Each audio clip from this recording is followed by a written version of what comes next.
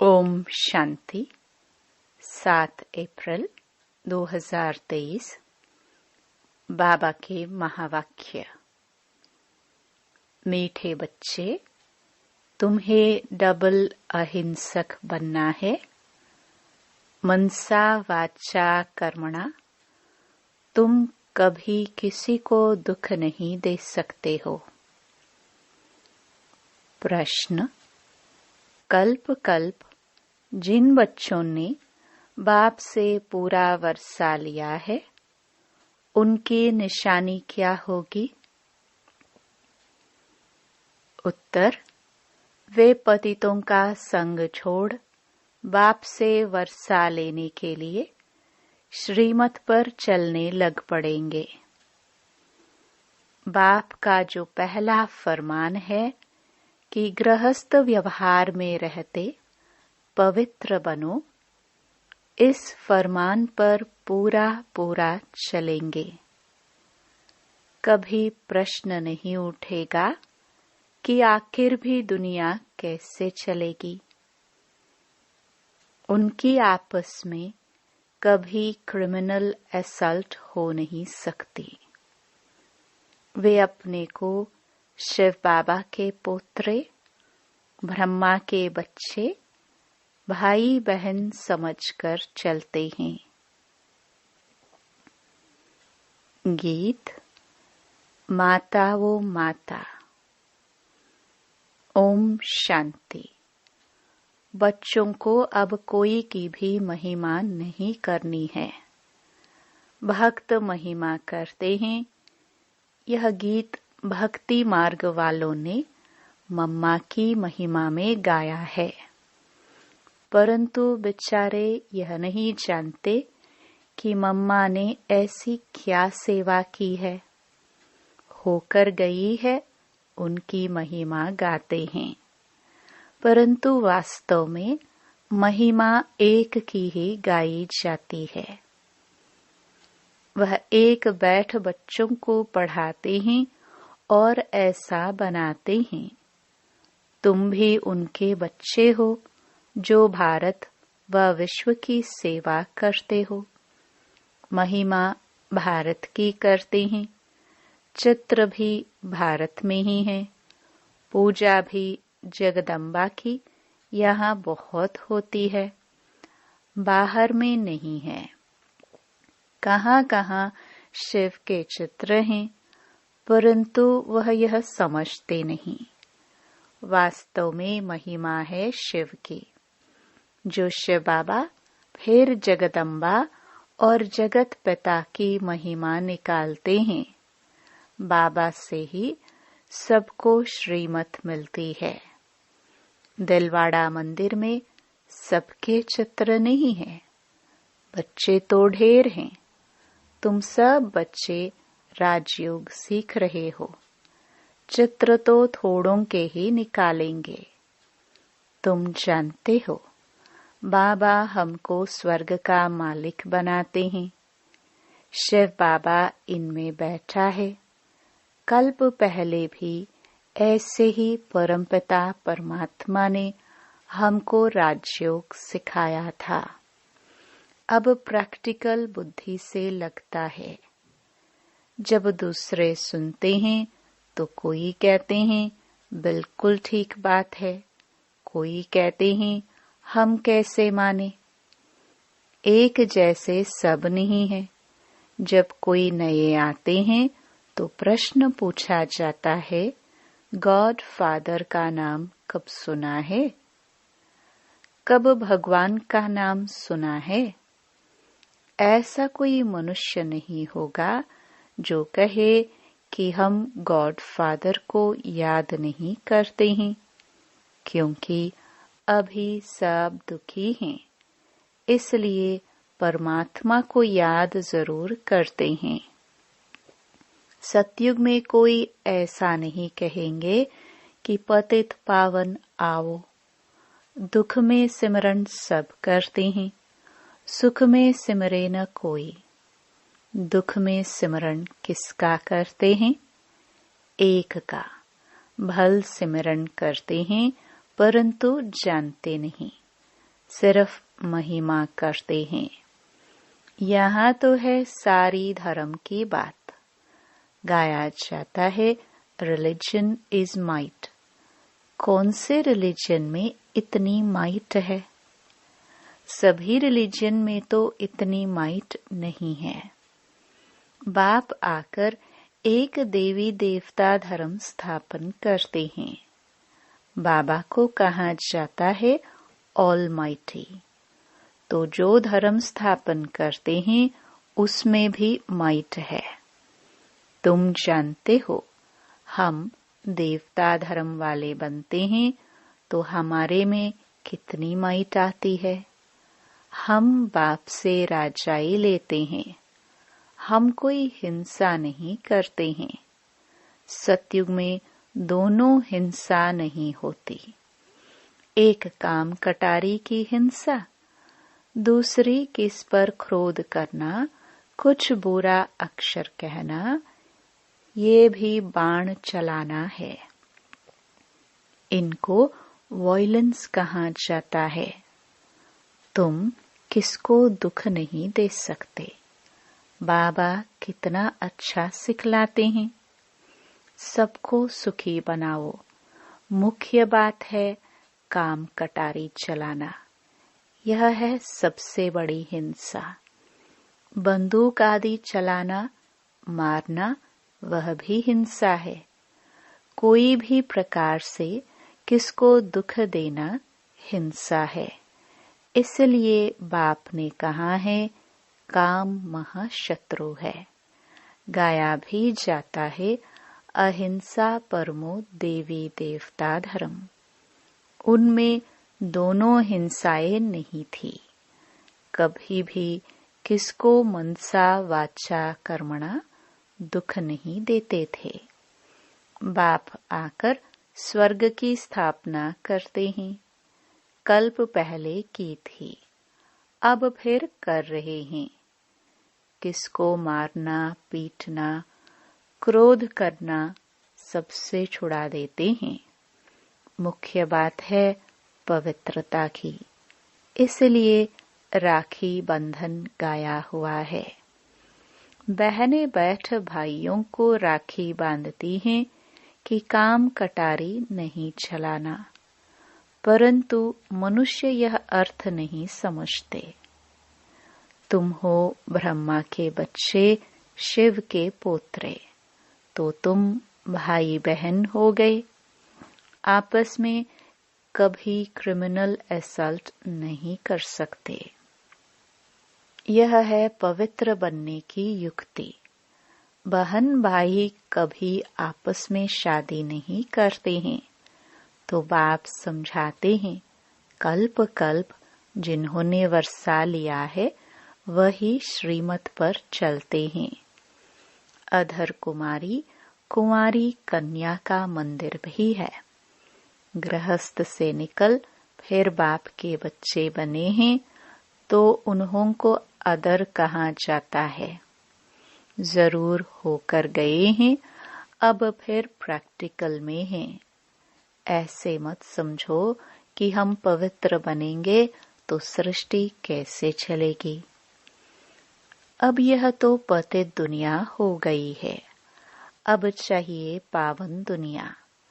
पतित दुनिया तो चलती ही रहती है, बंद नहीं होती है। तो तुम्हें पतितों का संग छोड़ना पड़े। बाबा आकर विकारी दुनिया की रचना बंद कराते हैं। सतयुग से निर्विकारी दुनिया शुरू होगी। बाप आकर बच्चों को फरमान करते हैं, फिर कोई माने ना माने। श्रीमत भगवानुवाच। भगवान बच्चों को बैठ पढ़ाते हैं। क्या बनाएंगे? जरूर भगवान भगवती बनाएंगे। जो जैसा है वह ऐसा ही बनाएगा। निराकार भगवान बैठ निराकार आत्माओं को पढ़ाते हैं इस शरीर द्वारा। यह है बाबा का लॉन्ग बूट। बाबा को शरीर तो चाहिए ना। उनकी शरीर रूपी जूती पुरानी हो गई है। जब नई थी तो गोरी थी, अब काली हो गई है।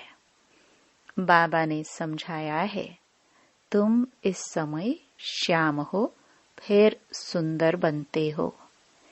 इस समय हर एक श्याम बन गया है। उनको 84 जन्म लेने पड़े। श्री कृष्ण पहले सुंदर था, धीरे धीरे सुंदरता कम होती गई। श्री कृष्ण का चित्र भी है। नरक को लात मार रहे हैं और हाथ में स्वर्ग है। कहते हैं मैं स्वर्ग में सुंदर था और नरक में श्याम हूँ, तो लात मारता हूँ। जो भी सूर्यवंशी घराने के हैं वह सब सुंदर थे। सारी डायनेस्टी राज्य करती थी। अब सभी काले बन गए हैं, इसलिए श्याम सुंदर नाम चला आता है। श्री कृष्ण की आत्मा ही पहले जन्म लेती है। श्री कृष्ण के साथ सारी राजधानी भी है। सभी पुरुषार्थ कर रहे हैं फिर से गोरा बनने का। कहते हैं कालिधा में सर्प ने डसा। वह भी अभी की बात है। माया सबको डसती रहती है। माया ने सबको काला बना दिया है। बाबा फिर से गोरा बनाते हैं। स्वर्ग में ऐसा होगा नहीं। वहां 21 जन्म सदा सुखी रहते हैं। अकाले मृत्यु कभी होता नहीं। अभी दैवी राजधानी स्थापन हो रही है। बाप आकर सबको राज्य भाग्य देते हैं और कोई धर्म स्थापन करने वाले राज्य भाग्य नहीं दे सकते। इब्राहिम, बुद्ध आदि राजाई नहीं स्थापन करते। वह सिर्फ धर्म स्थापन करते हैं। फिर धर्म की वृद्धि होती है। उनको वास्तव में गुरु भी नहीं कहा जा सकता, क्योंकि गुरु करते हैं सद्गति के लिए। वह तो आते हैं धर्म स्थापन करने, न कि सद्गति करने। उनके पिछाड़ी उनके धर्म की आत्माएं नीचे उतरती हैं, तो गुरु भी वास्तव में कोई को कह